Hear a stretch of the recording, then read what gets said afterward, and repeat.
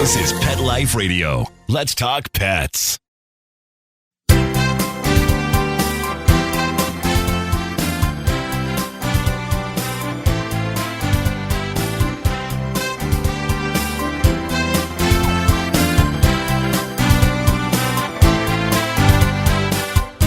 And welcome, good morning, good afternoon to everyone out there here listening to us live here on Pet Life Radio. Ask the Vets with Dr. Jeff. I'm your host for the next 30 minutes here, Dr. Jeff Werber. And just hope you had a great week wherever you are. I hope you're enjoying some sunshine, because we certainly here in Southern California are enjoying a lot of sunshine. Like a couple of days this week, we had triple digits. You know, the one difference that we see here as opposed to many parts of the country that are also that hot. Number one, in the evening, we can get a 30-degree drop. I mean, literally, it can be 100 degrees during the day and drop down to a nice cool 70 at night, which is pretty cool, literally. And our heat is dry, so we don't get that muggy. We don't have a lot of the same issues, and it's not like walking into a sweat box. So it's not so bad. Now, in the desert, like Arizona and Vegas, oh my God, it's 110, 115 degrees almost all day at night. At night, I remember flying it to Vegas once, and I was doing a segment for their Fox affiliate, and I went the night before. And I'm landing about 10:30 at night, and the pilot gets on Southwest. You know, Southwest trying to be cutesy-tootsy, so I thought they was just joking. And he goes, oh, and it's a real mild 110 degrees. And I'm thinking, yeah, 10:30 at night, 110 degrees, right? Yeah, 110 degrees. It was crazy. So anyway, hope you're staying comfortable, and your pets are staying comfortable as well. Speaking of our pets and being here live on the show, I want to thank our sponsors, and they are Save This Life Microchip and Bravecto. You need Bravecto. A lot of fleas and ticks. Once every 12-week protection. It's great, certainly more than a cone. And you probably need the cones too, because if your dogs are like many dogs that I see this time of year, they are chewing themselves raw because of allergy. Many of them have hot spots. If you have a golden retriever during the summer, you are seeing hot spots. There's no doubt about it. And anyway, one of the things we always encourage is we have to keep those dogs' tongues away from those skin, away from those lesions. And it's time for that Elizabethan collar, the cone, whatever you want to call it, the cone of shame. Yeah, they need it too. Anyway, before we get to talking about some preventive tips for this crazy heat that many of us are experiencing, I do, as you know, I like to go through news, and picked up a couple of interesting stories. One is that I don't know how many of you encounter groundhogs on a regular basis. We don't, I don't, but they're out there. But the Maryland Zoo in Baltimore had a groundhog that was more than just a regular groundhog. It was, believe it or not, a groundhog that was infected with rabies. And what's so interesting is they're not always very social creatures. They're going to see you and they're going to go into the ground. We are just predators to them. So that how they knew that something was wrong with this particular groundhog is it started following a zoo visitor. That's a very unusual behavior. And so sure enough, they captured it and realized that there was neurologically something was astray, and they ended up testing it for rabies. So they were putting a call for anyone who potentially had contact as of June 24th with this particular groundhog at the Maryland Zoo should go see officials. And then speaking of weird diseases, many of us like bourbon. I'm a single malt Scotch guy myself, but I have some really good bourbons as well. And but I did not realize that there is a bourbon virus. This one is the bourbon that you don't want to have. So much so carried by ticks, as many of these infections are. And a Missouri woman, 58 years old, who was bitten by a tick, had 2 ticks on her, about a month and a half back, pulled them off, didn't think twice about it, and started feeling rotten, just signs of a fever, went to the doctor, thought maybe it was a urinary tract infection, treated accordingly. P.S. She dies, and the diagnosis was this very rare bourbon virus that is transmitted via ticks. So that's frightening. Just it goes on to show you that there was a little video that I saw about recommendations from the CDC about getting ticks off of you. And you hear so many stories, the Vaseline, touching the match. You light a match, you blow it out immediately, and then you touch it to the back of the tick, and supposedly the tick's going to go, ah, and release its grip, and you can remove the tick. But what they're saying is what they've learned is what it manages to do when you start messing with this tick, it pisses him off. and they actually then release more saliva. And if that saliva is harboring one of these infections, whether it's, babesiosis or ehrlichiosis, Lyme, this bourbon virus, whatever it is, Zika, that whatever these ticks could carry sometimes, that's more of a mosquito thing, but whatever they can carry, and you get them angry. So the best thing you do is grab with a tweezer, a very sharp point tweezer, as close to the skin as possible. You want to squeeze the tick, not to squish it, just to get a good hold of it, and very gently. Now, what I usually do is, if you can, I have one of those tick pullers, which is, in essence, it's a tweezer, but it's made for this. So you can actually, after it links onto the tick and locks in place, you can turn it, and you almost like slowly unscrew it, almost like you're unscrewing the tick, and they release the grip, and you can take it, throw it out, and they recommend flushing it down the toilet. But if you have just a really fine tooth tweezers, you want to grab the tick as it's latched onto your skin, and you want to gently, and I mean gently, steady, gentle pressure, lifting it up slowly. Because if you do it too fast, what's going to happen is the mouth parts are so dug into your skin that they're going to stay, and you will separate the rest of the tick from the body of the tick. And you're going to have still something stuck in there. And these are really tough. It's like a embedded splinter. It's so tough to get out. So the best thing to do is work slow, work steady. And when you get that tick off, toss it. But don't aggravate the tick. They don't like to be aggravated. Anyway, that's pretty weird. So this is a great plug for microchips. And this is a story about June. June is a mixed breed, 1.5-year-old dog that went missing. She ran away from her home in Mobile, Alabama. She's gone for about a month. And all of a sudden, the owners get a call from a veterinarian in Dodge City, Kansas. And they have June. Now, wouldn't it be great to find out, just if you could talk to the dog? I'd like to know how the heck did this dog, June, get from Mobile, Alabama to Dodge City, Kansas? Now, interestingly, I had a dog that got away once, and here in LA, and he was found. And this is way before microchips. This is years and years ago, but we still, relied on the tag and calling the shelter and reporting the dog lost. And anybody who knows, here's my number, here's the tag number, et cetera, et cetera. Anyway, so we found the dog, finally get a call from a gas station about 5.5 miles from our home.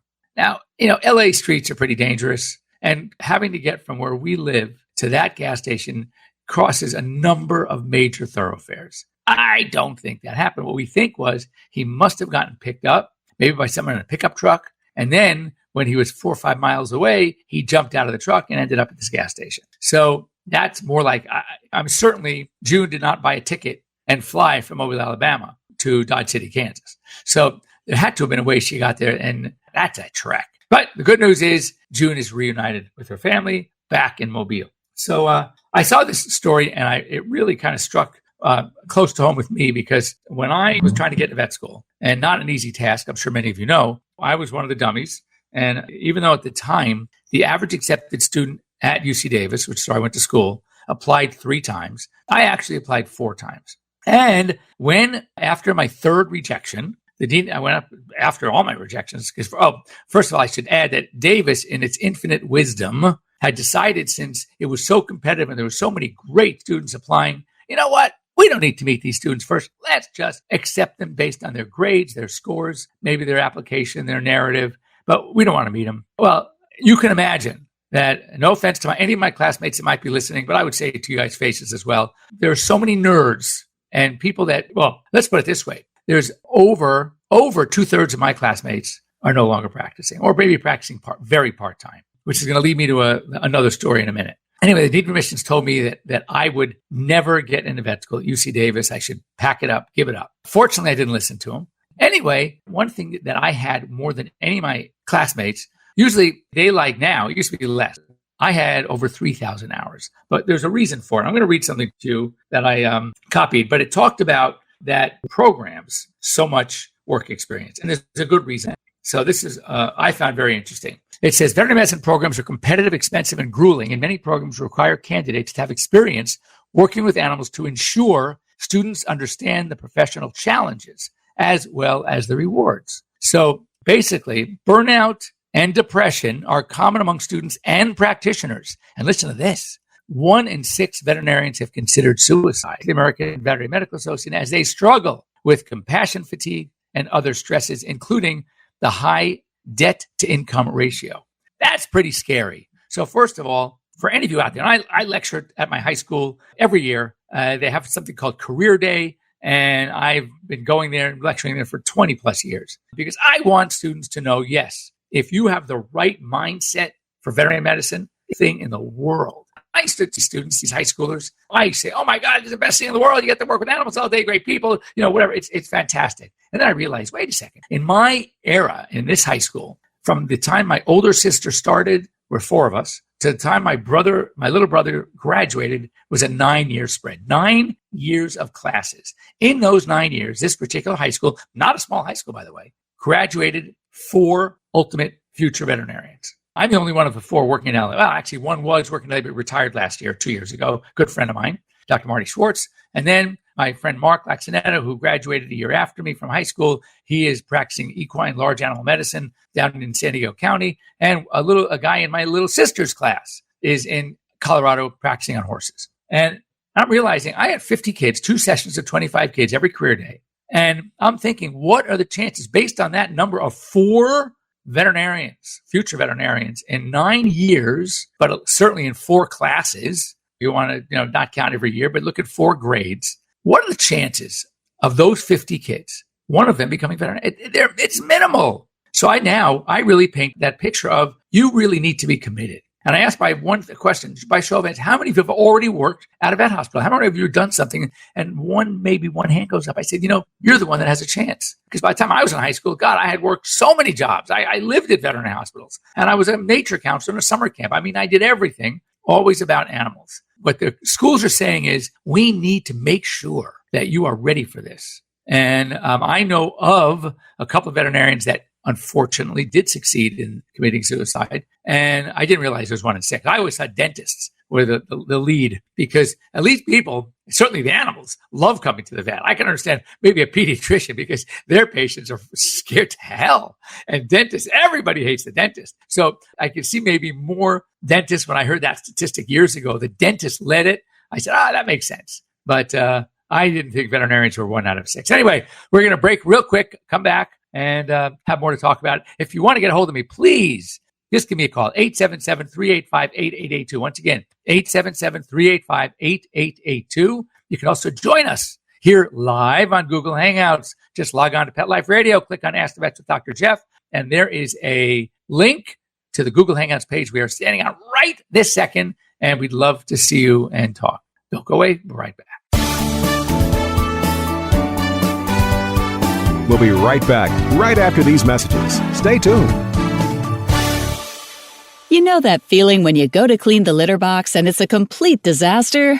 Yeah, we've got you covered. Introducing World's Best Cat Litter Zero Mess, the advanced litter that gives you 2 times better clumping and more odor control with less litter. Zero Mess combines the concentrated power of corn with super absorbent plant fibers. Translation, scoop once and you're done. Find it at a pet store near you and save $2. Visit www.saveonworldsbest.com. As a dog, I know a lot about fleas and ticks, so trust me when I say no other tasty chew protects dogs as long as Bravecto. One Bravecto chew keeps fleas and ticks away for up to 12 weeks. Be a good human and ask your vet about Bravecto. Bravecto may cause vomiting. When I adopted her, she was a mess. Scabs, itching, licking, missing fur, hot spots, a thin, dull coat. So I take the dog to the vet for the standard run-of-the-mill tests and treatments. No results. I hear your advertisement on the radio. DINOVITE.com. 859-428-1000. So I get the 5-pound box of Dynavite and the Lico Chops within a 4-week total. Instead of a German Shedder, I have a German Shepherd. Sheba is 105 lean pounds of shiny, smooth, happy dog for life because she gets fed Dynavite. And the results, they're just incredibly outstanding. And she loves it. When you rescue a dog, you have to do the right thing. You've got to feed them right for life. Do the Dynavite. Dynavite for life. 859-428-1000. DINOVITE.com. Let's talk pets. Let's talk pets On Pet Life Radio. Pet Life Radio. PetLifeRadio.com.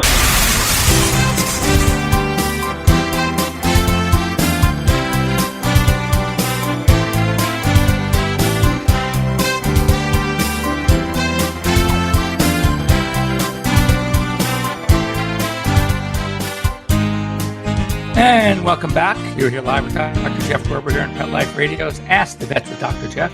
And before the break, we were talking about the issues with difficulty and how important work experience is for future veterinarians. So if any of you out there that are truly thinking about this profession, I would say, number one, you have to have the passion. It is a passion-driven profession. If you are, that's my theory, interestingly, and this is my theory. It's not be happy to share the logic behind it. But in fact, just yesterday, I was talking to a couple of friends of mine that are lawyers, and they are also seeing issues in the legal profession. It's almost like it's swamped right now with lawyers having a tough time finding jobs. And what I find is this. Here's my theory. When I was in vet school, I started a long time ago, 37 years ago.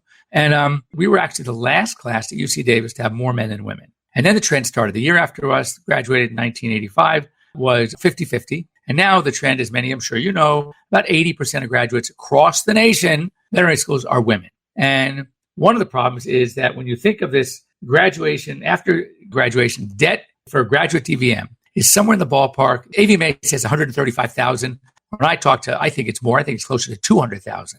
And it's by the time you factor in all your expenses, not just tuition, it's expensive. And unless you own your own practice, unless you are, somehow spread your wings and come up with different things to do and different sources of income, it's a really tough thing to do.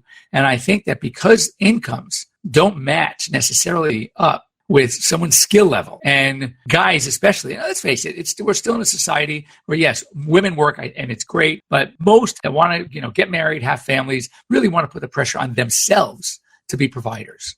And it's tough to provide on a veterinarian salary unless, as I said, you own your own practice or you own more than one practice, or you figure out some other ways to capitalize on some income opportunities working with animals. So I think that the guys, seeing what goes on in the financial world and these MBAs and these Wall Street people and this guy, Jeff Bezos, the guy that started Amazon, billionaires. I mean, literally making fortunes. So these very, very, very bright people that typically would have gone into the veterinary profession are saying, God, I'd love to do it. I love animals, but I can go work here and make this kind of income and I can get as many animals as I want. Or I can start a rescue. I can start a zoo. Who knows, right? It's so interesting that I believe that's why veterinary medicine has become what we call a part-time profession. Most women veterinarians that I know of have their families, and that's great.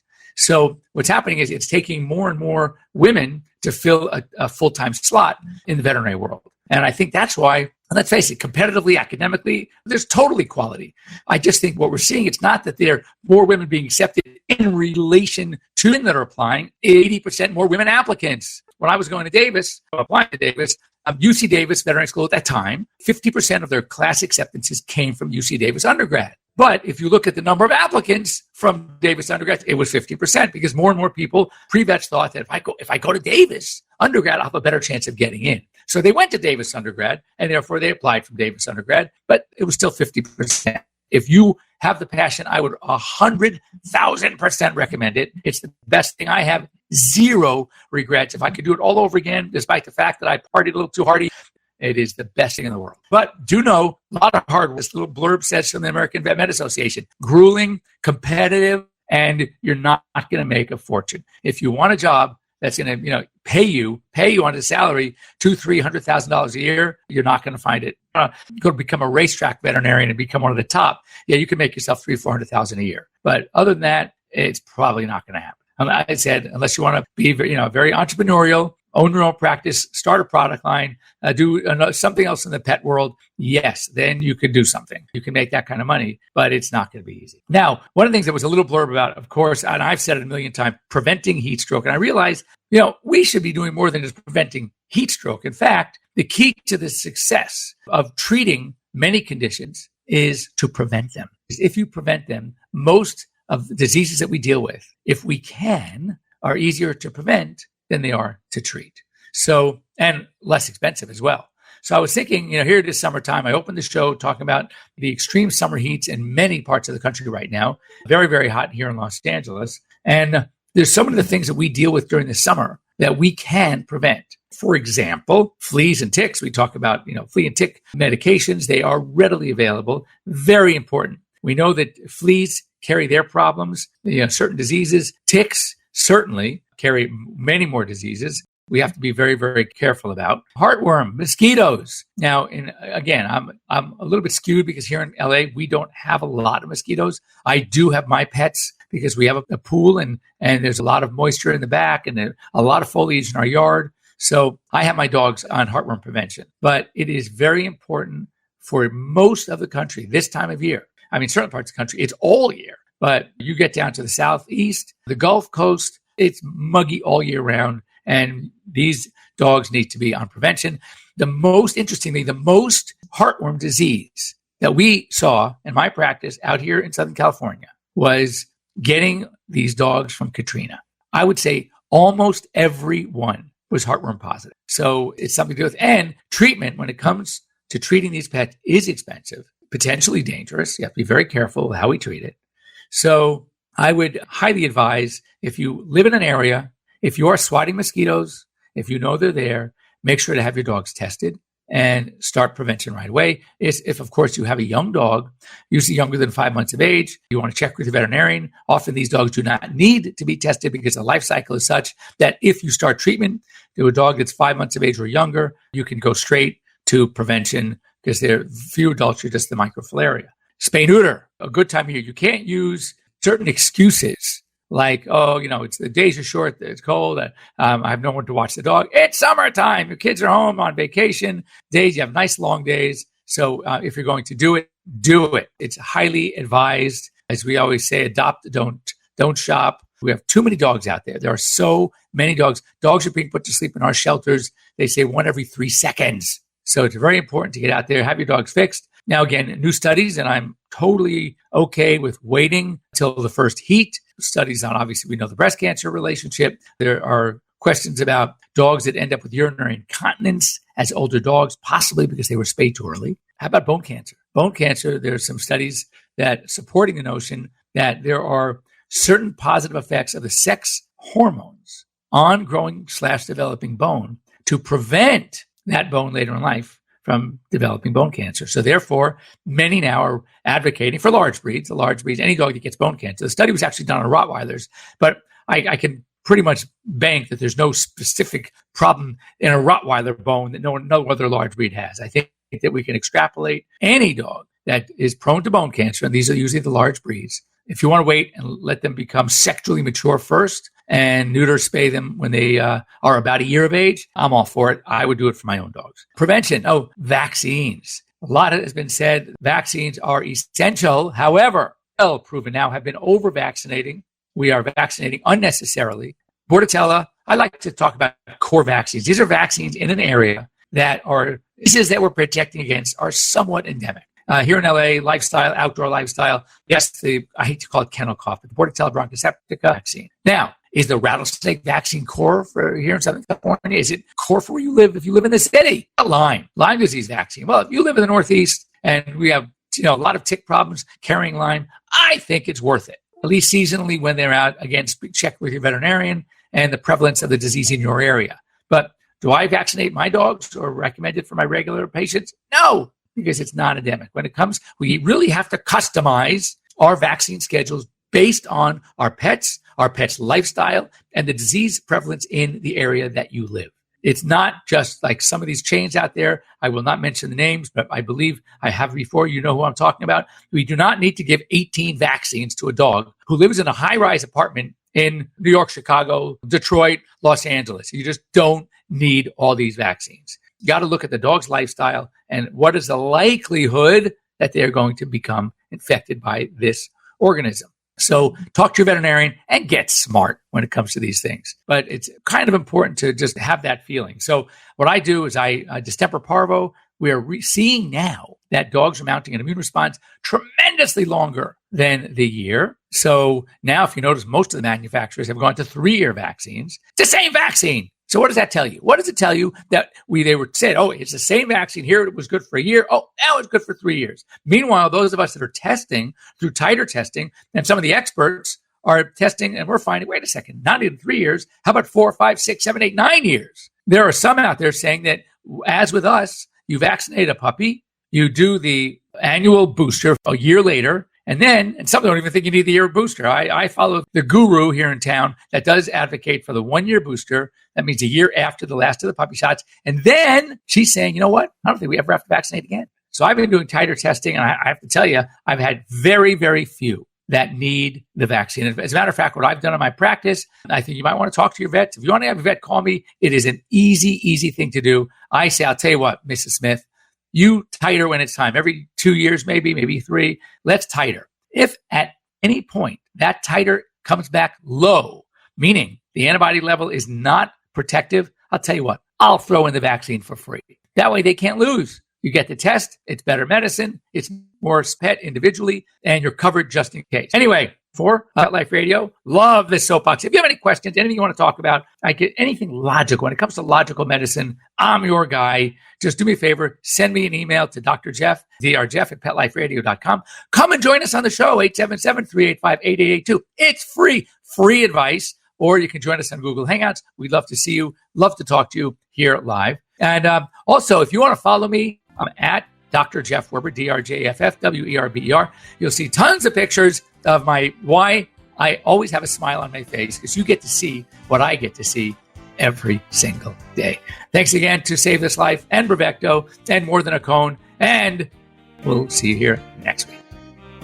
Let's Talk Pets, every week on demand, only on PetLifeRadio.com.